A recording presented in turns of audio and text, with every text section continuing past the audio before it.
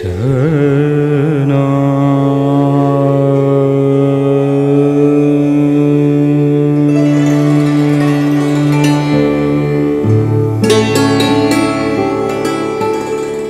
sacred fount of civilization, the river Ganges waters the Indian soul like no other.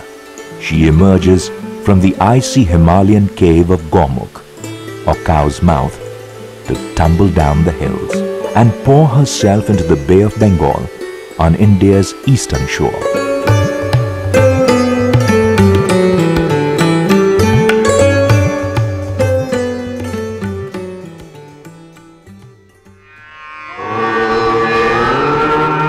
Along her fertile route is the nerve center of ancient Indian heritage, Varanasi, or Kashi, the luminous.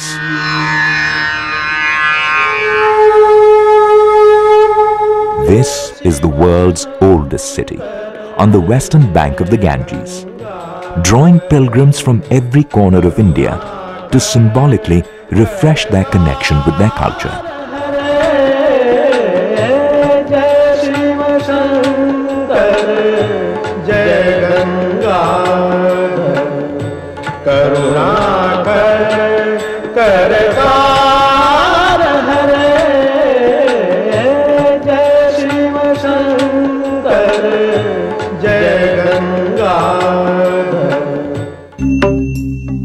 The culture of the Ganges northern plains resonates equally on the far southern shore of the Coromandel coast at Mahabalipuram.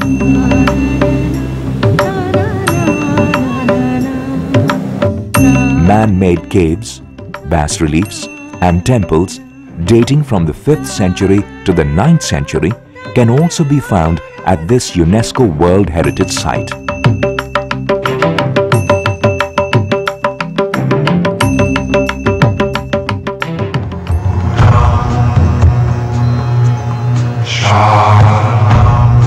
Meanwhile, in the north, the spread of Buddhism from the 5th century BC gave rise to a remarkable flowering of material culture in the form of architectural and iconographic features.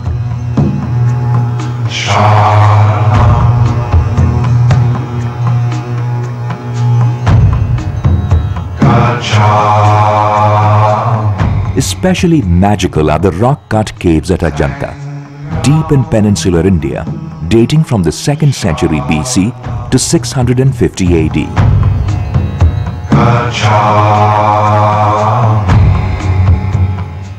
Earlier examples of rock paintings dating to the Stone Age, around 5000 BC, can be found at Bhimbetka in the state of Madhya Pradesh, another UNESCO World Heritage Site.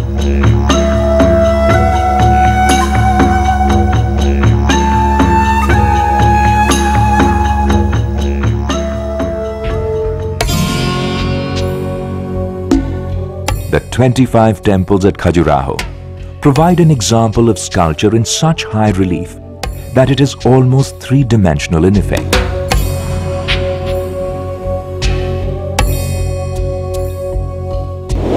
The friezes are particularly famed for their delicate sensuality and forthright eroticism.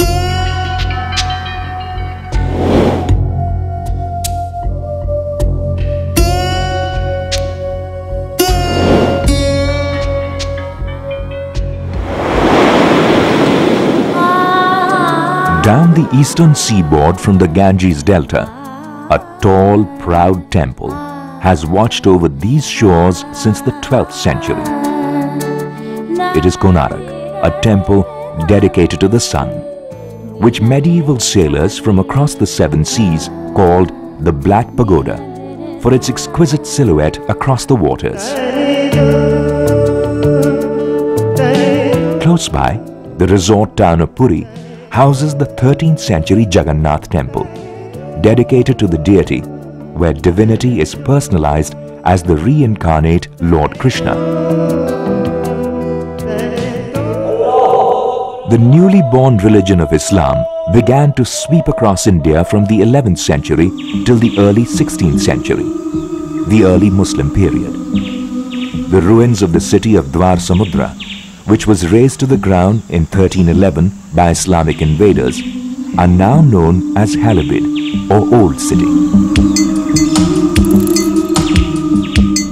The glorious city of Vijayanagar was also practically destroyed in the early 15th century by Muslim invaders and can now be seen as the ruins at Hampi.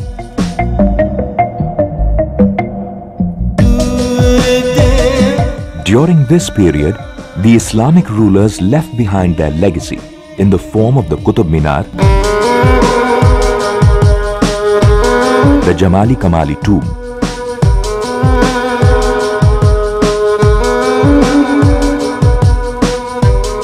and the Old Fort.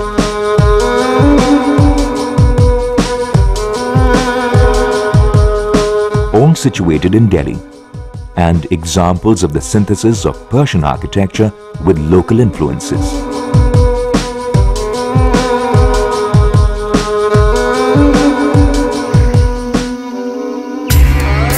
The end of the first quarter of the 16th century saw the rise of Mughal power in India. The third Mughal emperor, Akbar, took a Rajput Hindu wife, declared himself the impartial ruler of Hindus and Muslims, and began the process of nation building with his capital at Agra.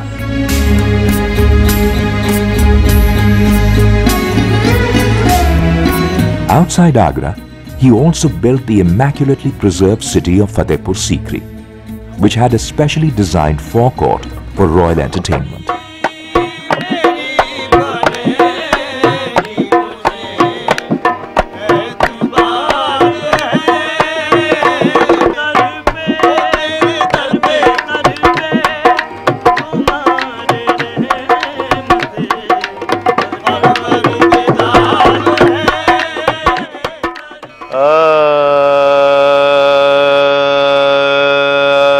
Immortalized by poets over the centuries, with their ballads to the eternal romance between the Emperor Shah Jahan and his empress, is the Taj Mahal. Perhaps the most enduring legacy of Mughal architecture, and also one of the 7 wonders of the world.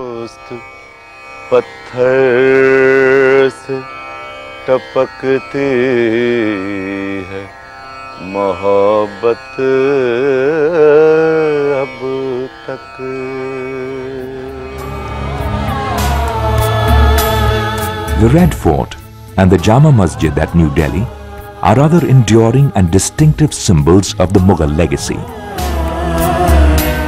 Despite their initial policy of annexation, the Mughals entered into an alliance with almost all the Rajput clans, impacting on the culture and architecture of Rajasthan.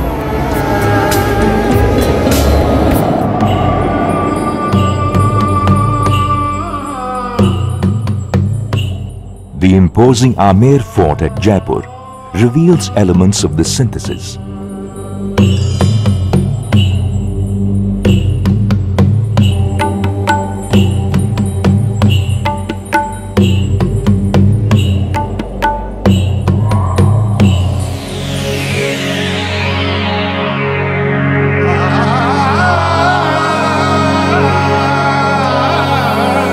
The Mehrangarh Fort at Jodhpur, also known as the Citadel of the Sun, is another great example of the Rajput-Mughal alliance.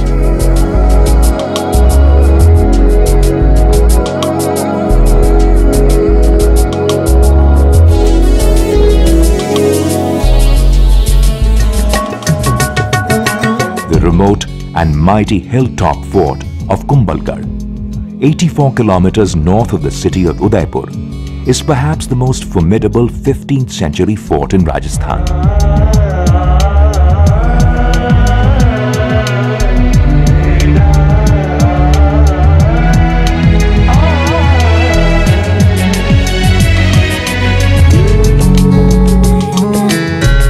The crenellated walls and buildings of the colossal and ancient fort at Chittorgarh go back well before the Mughal era, and even though it was conquered by them, its spirit of defiance survived.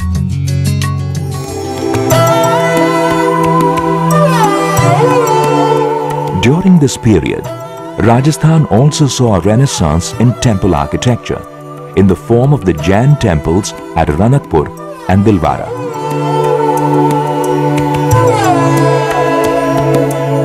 Dedicated to Jain Tirthankaras or Gurus, these temples are carved out of marble and showcase their exemplary artisanship.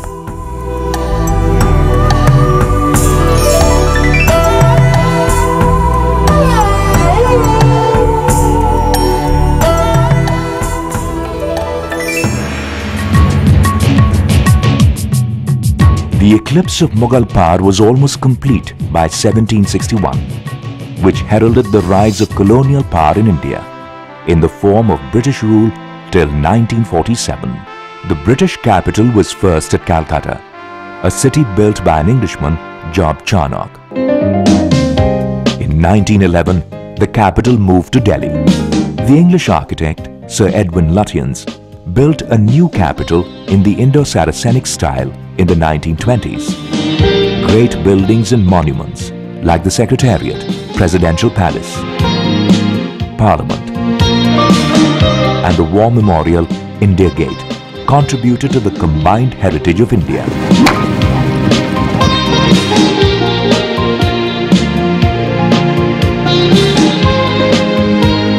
Cities like Bombay, now Mumbai, were characterized by a Gothic influence in their important landmarks, like the Victoria Terminus and the Fort area.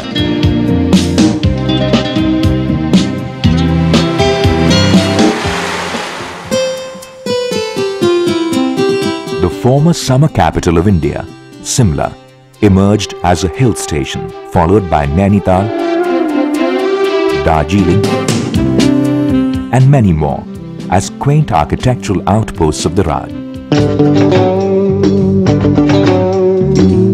On the periphery of the Indian subcontinent, other colonial outposts like Portuguese Goa,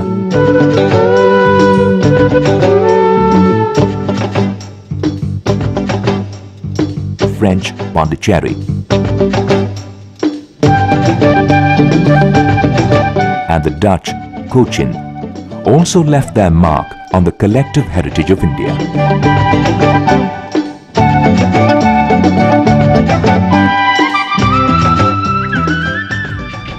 One country, many cultures.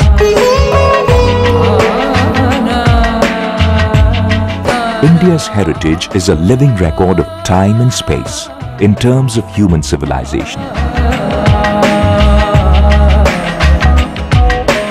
All the ages of mankind, all the cultures of the world have added their color to the unique texture that makes India a place like no other. Romance, splendor, glory, devotion, valor, and sensuality are the many pillars of this great heritage that endures even today.